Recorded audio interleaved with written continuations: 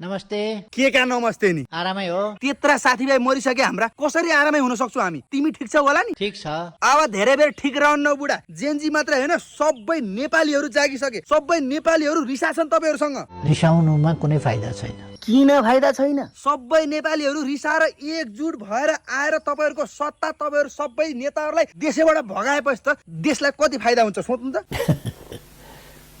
अझै हाँस्न लाज लाग्दैन त्यत्रा मान्छे मरिसके हिजो हैन तपाई कहिलेसम्म बस्ने हो सरकारमा अझै अबको 5 वर्ष। इ बस्यो 5 वर्षसम्म 5 दिन पनि बस्न सक्दैन जस्तो लाग्छ मलाई त जेनजी मात्रै हैन जेनजीका आमा बाउ सारा नेपाली दाजुभाइ दिदीबहिनीहरु सबै एकजुट भएर आउँछन् अब अहिलेसम्म सबै नेपालीहरुले सहेर बसेका थिए तर हिजोको घटनादेखि चाहिँ सबै आक्रोशित छन् तपाईहरुको पत्ता त्यसै पनि साफ हुनेवाला छ लास्टमा के भन्न चाहनुहुन्छ भन्नुस् सूर्य चिन्हमा मतदान गर्नुहोस्। इ अझै पनि भोट देलान भनेर त आशै गर्नु पर्दैन हिजोको घटना पछि त हामी सबै नेपाली दाजुभाइ तथा दिदीबहिनीहरु पनि